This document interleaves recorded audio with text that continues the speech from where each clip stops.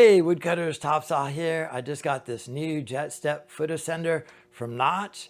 In today's video, I'm going to review how this thing works compared to my old foot ascender. I'm excited to give it a try, both on double rope technique and single rope technique.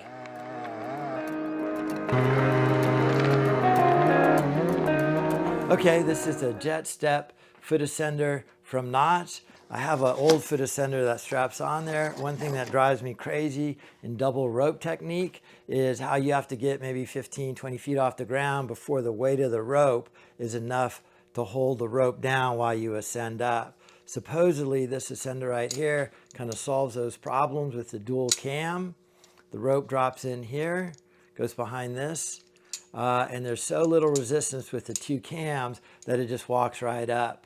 Single rope technique is not as much of an issue because you could weight it, with your saw or a weight bag or anything. But in double rope technique, since that line's changing length, it's really hard to use a foot ascender without reaching down with your hand and pulling the rope through it. So I'm excited to give this thing a try out on both the double rope technique and single rope technique and see how it goes. All right, we're going to start out with a Petzl old school foot ascender on old school R Pros with broken laces. We're going to do double rope technique and using the zigzag as the ascent device. So double rope technique. So here's the old foot ascender. Go ahead and step up on it. And then pull the zigzag up. See, and that's what you have to do. That's the problem with that old one. But you need it. You could have your ground men down below. I could hold. Put weight on it. Yeah, but see, this length is changing.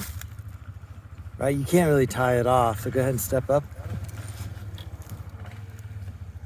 Yep, and then move up. Yep, yep.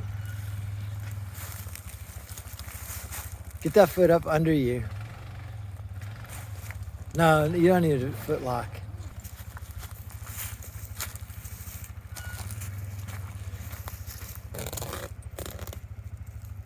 You're tearing the rope up, just destroyed the rope right there.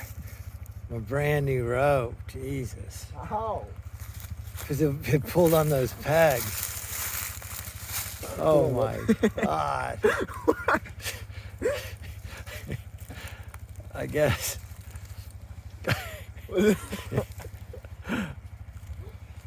Don't foot lock. Was that the problem? I keep that foot right underneath me. And then step up on that foot. There you go, like that.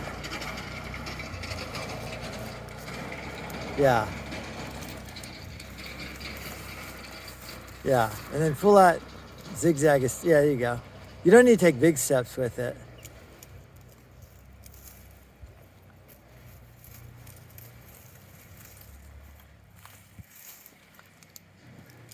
Yeah.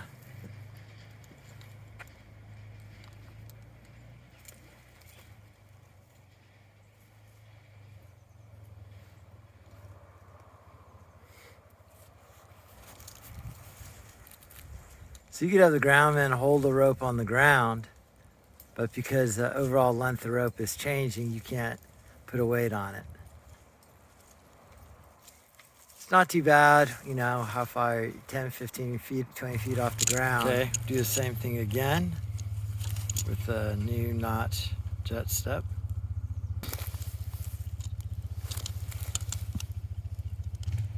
Supposedly, it's gentler on the rope there. You don't need a carabiner to lock it. And that little hook prevents it from coming out. Oh, it does. Yeah. Oh, no. Oh, look at that, huh? It was better that first step.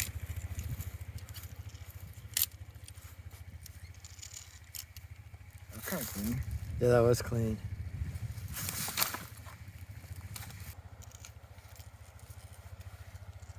Oh, no, it works. That's way nicer. Oh, it is way nicer.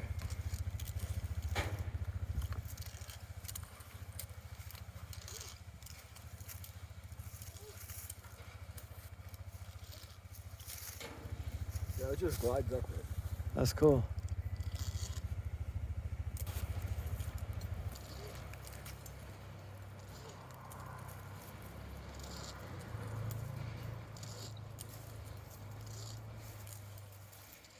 Now we're on single rope technique.